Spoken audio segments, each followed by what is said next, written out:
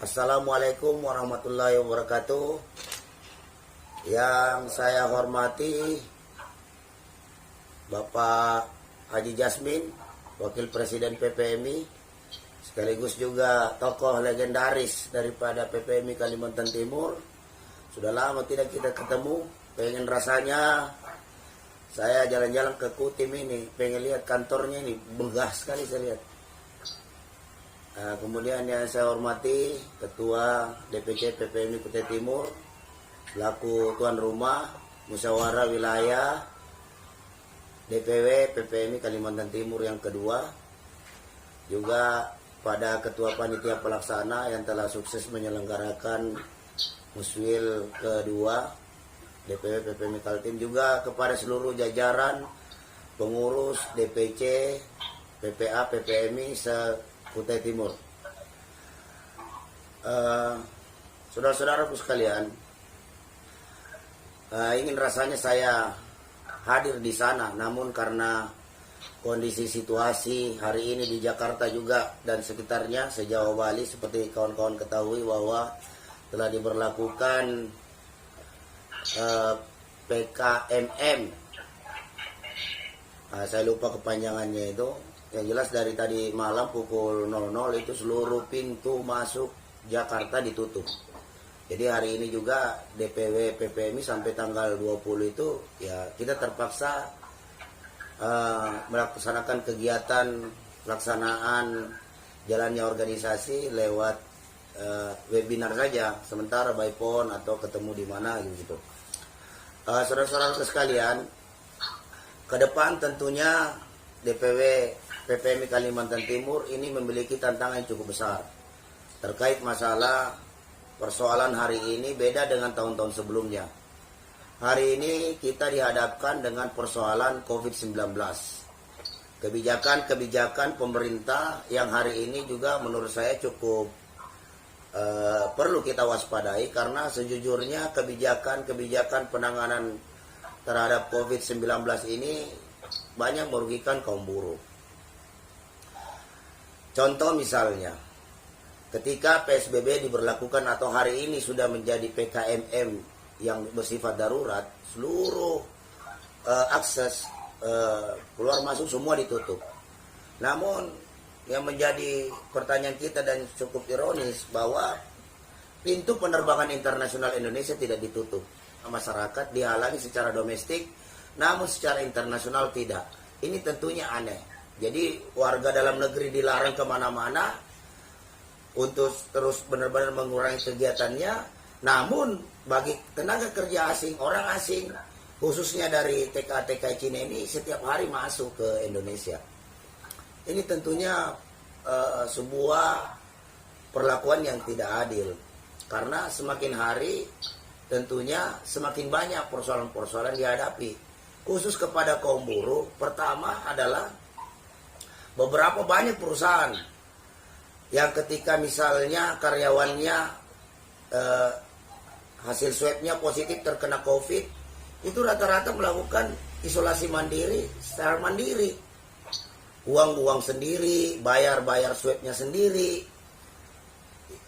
Ini pihak daripada pemerintah sendiri tidak bijak dalam hal ini, tidak memberikan pelayanan secara maksimal terhadap apalagi ini kaum pekerja hari ini, yang seharusnya dalam rangka menciptakan hubungan industrial yang harmonis, dalam rangka konsisten menegakkan kebijakan PKMM atau PSBB ini, harusnya pemerintah itu bisa mengcover semua biaya-biaya yang ditimbulkan akibat daripada pekerja ini terkena atau misalnya dalam melakukan isolasi mandiri. Namun yang terjadi, semua biaya-biaya yang timbul karenanya lebih banyak dilakukan juga secara mandiri oleh teman-teman karyawan atau para pekerja di pabrik. Nah ini juga tentunya perlu kita kritisi. Nah sudah syukurlah misalnya perusahaan-perusahaan yang sudah memiliki perjanjian kerja bersama, yang sudah mengcover masalah kesehatan ini. Mungkin biaya-biaya yang ditimbulkan daripada kebijakan PKMM ini itu bisa dibebankan oleh pengusaha. Namun bagaimana dengan perusahaan yang tidak mampu? Bagaimana perusahaan yang yang mencari alasan untuk tidak mau mengeluarkan itu. Jadi segala sesuatunya dibebankan kepada pekerja. Jadi pekerja sudah gajinya UMSK-nya tidak naik selama 2 tahun ini, dibebankan lagi biaya swab test, antigen, biaya lain-lain yang keluarkan, juga biaya isolasi mandiri yang dibebankan kepada pekerja ini makin menambah penderitaan kaum buruh itu sendiri. Banyak, biaya cukup besar. Nah, apalagi misalnya gajinya sudah banyak dipotong karena pinjam, kemudian mengandalkan lemburan. Nah ini karena sudah PKM banyak yang mengurangi jumlah pekerja yang masuk, diatur shiftnya, sehingga jadwal lembur teman-teman juga makin kurang. Nah ini tentunya kan penghasilan buruh makin hari makin kurang. Nah, sehingga perlu ada terobosan-terobosan hukum yang dilakukan ke depannya. Nah hari ini juga memang kegiatan kita sangat dibatasi.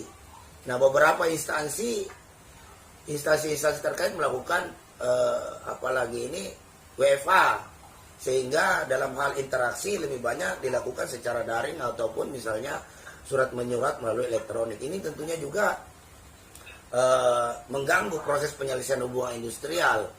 Nah belum lagi pengadilan negeri juga banyak yang tutup karena banyak hakim yang kena COVID, sehingga proses-proses penanganan kasus-kasus teman-teman ini banyak terkendala hari ini. Jadi selain daripada itu juga harapan saya dalam musyawarah wilayah DPW PPMI Kalimantan Timur yang kedua ini, kawan-kawan semua yang ada di Kalimantan Timur khususnya hari ini harus mewaspadai, seperti yang disampaikan tadi Pak Haji Jasmin, bahwa saya sempat baca dan mengikuti berita terkait pendirian pabrik semen di Kaliorang yang mensyaratkan bahwa setiap pekerja harus mengetahui bahasa Mandarin, harus bisa berbahasa Mandarin. Ini tentunya sebuah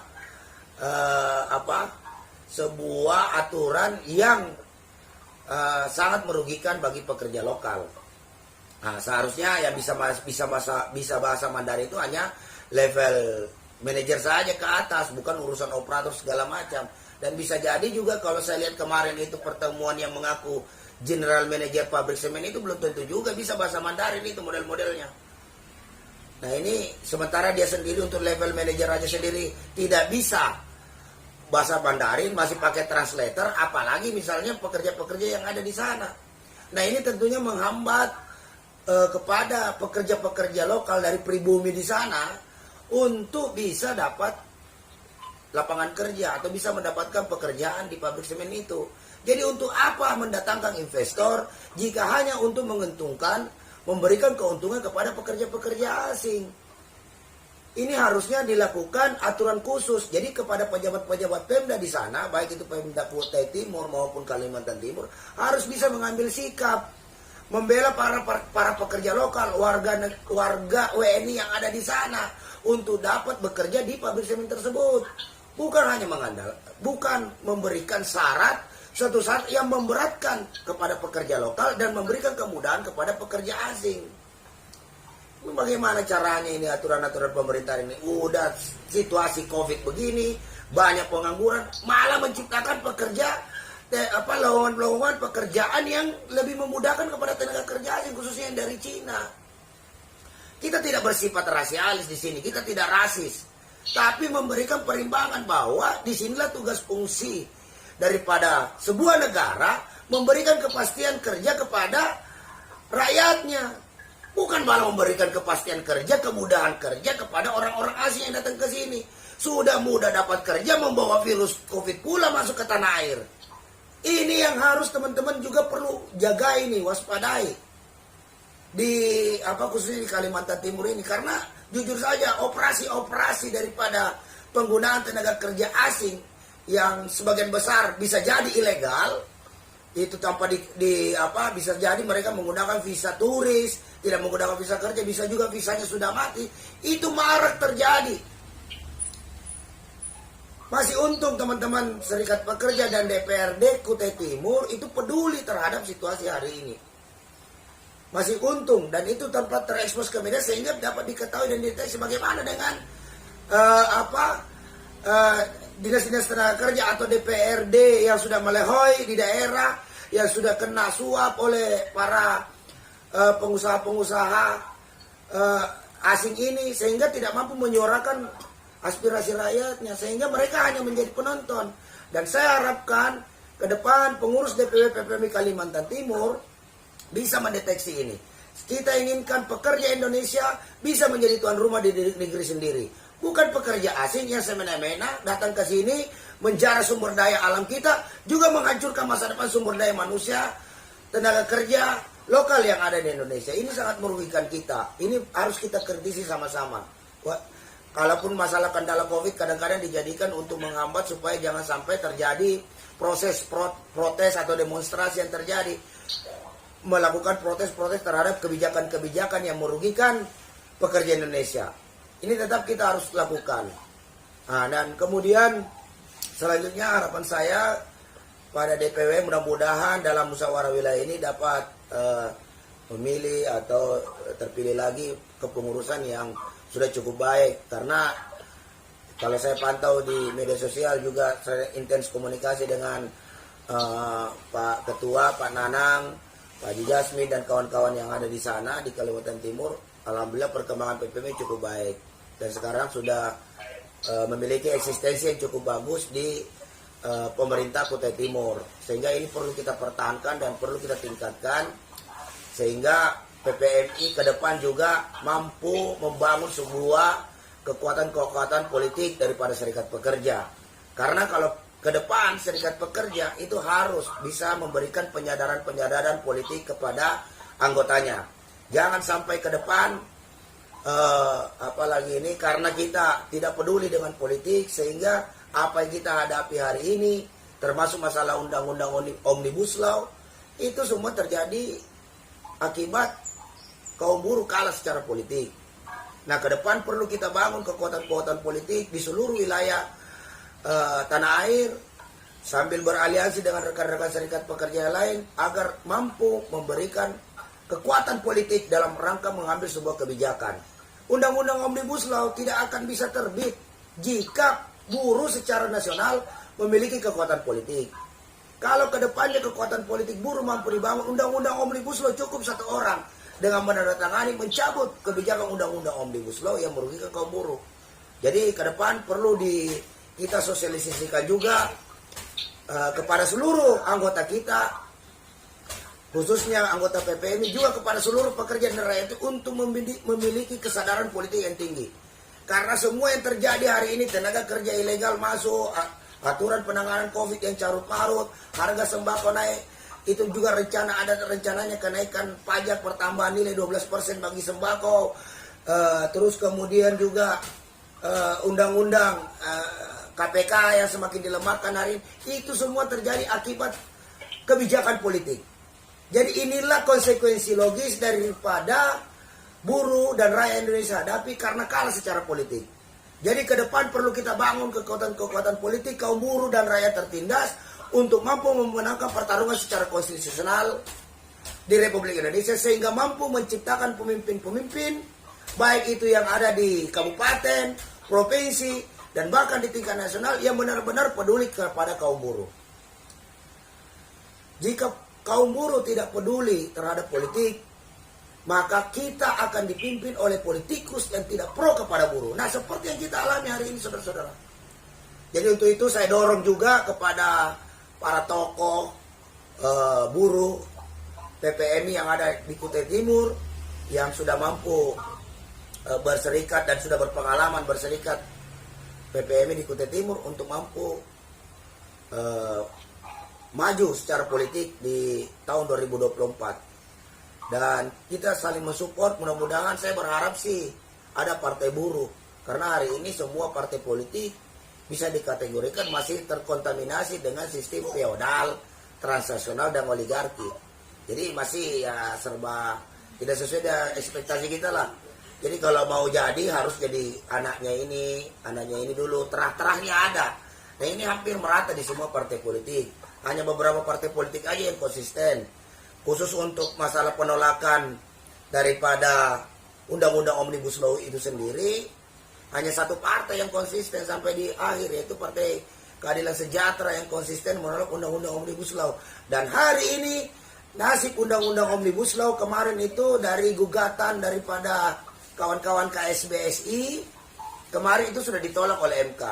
Jadi tapi masih ada harapan dari gugatan teman-teman KSPI maupun dari teman-teman Gekanas.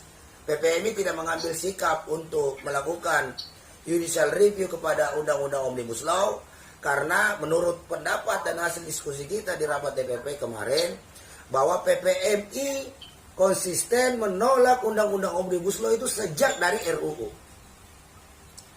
Nah, jika PPMI ikut melakukan judicial review, itu sama halnya PPMI melegalkan pelanggaran pembuatan undang-undang yang dilakukan oleh DPR RI dan Presiden saat itu. Karena proses pembuatan undang-undang Omnibus Law ini menurut PPMI cacat hukum, karena tidak mendengarkan aspirasi ratusan guru besar dari perguruan tinggi, juga masukan daripada seluruh Indonesia. Dan apalagi dia ditetapkan di tengah malam. Tahu-tahu kita dapat besok kabar pagi-pagi, wah sudah ditandatangani Omnibus Law. Dan di sini juga, dalam hal ini juga membenarkan tuduhan daripada teman-teman BEM UI bahwa Jokowi the king of lip service. Karena ketika saya ingat persis tanggal 9 Oktober ketika itu PPMI turun bersama dengan mahasiswa aksi di Jakarta. Waktu itu sampai aksi memanas, sampai malam kita aksi di sana. 8 Oktober, besoknya tanggal berapa gitu, tanggal 9 Oktober, Presiden ngomong di media bahwa bagi pihak-pihak yang tidak suka atau tidak setuju dengan Undang-Undang Omnibus Law, silakan melakukan gugatan ke Mahkamah Konstitusi. Nah, namun kemarin ketika persidangan judicial review di Mahkamah Konstitusi, Presiden Jokowi melalui Kementerian Perekonomian Bapak Erlangga malah membuat pernyataan bahwa mohon kepada majelis hakim untuk menolak seluruh isi gugatan para penggugat. Ini bukti Jokowi tidak konsisten juga dengan Undang-Undang Omnibus Law, malah mengintervensi hakim MK agar menolak seluruh gugatan para penggugat yang melakukan judicial review di Mahkamah Konstitusi. Jadi, tapi kita tetap berharap, kita tetap terus berjuang, karena prosesnya juga masih lama, masih ada, kalau tidak salah ada 14 pihak yang melakukan judicial review di MK. Walaupun PPMI secara institusi kelembagaan tidak melakukan JR, namun kita wajib mendukung juga dan mendoakan semoga gugatan teman-teman yang lain yang masih tersisa ini bisa dimenangkan oleh Allah Subhanahu wa taala, sehingga Undang-Undang Omnibus Law yang kita anggap merugikan kaum buruh ini bisa dipenuhi segala tuntutannya. Nah, untuk itu sekali lagi saya tegaskan bahwa ke depan tantangan daripada serikat pekerja cukup berat. Kita dihadapkan dengan situasi-situasi yang tidak bisa diduga sama sekali. Juga mungkin situasi politik tanah air ke depan makin memanas karena terhambat aja oleh pemberlakuan PKMM di Jawa Bali ini, sehingga pergerakan cukup sedikit ada hambatan. Nah, sekali lagi mungkin yang itu aja yang bisa saya sampaikan. Semoga musyawarah wilayah Persaudaraan Pekerja Muslim Indonesia Provinsi Kalimantan Timur dapat terlaksana dengan sukses dan lancar, menghasilkan kepengurusan yang amanah dan istiqomah dalam perjuangan PPMI, juga mampu melahirkan sebuah terobosan penyelesaian penanganan kasus hubungan industrial yang dialami oleh anggota, juga mampu membaca situasi politik di tanah air, sehingga kader-kader PPMI mampu bersikap profesional, berani, jujur dan amanah menuju PPMI yang maju, mandiri, sejahtera dan diridhoi oleh Allah Subhanahu wa taala. Selamat menyelenggarakan musyawarah wilayah Persaudaraan Pekerja Muslim Indonesia Provinsi Kalimantan Timur yang kedua. Semoga apa yang kita cita-citakan apa yang kita doakan selama ini dirahmati dan diridhoi oleh Allah Subhanahu wa taala. Demikian sambutan dari saya. Salam buat seluruh keluarga besar PPMI Kalimantan Timur.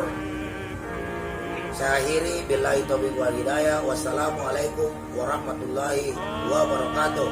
Allahu Akbar, Allahu Akbar, Allahu Akbar. Hidup PPMI.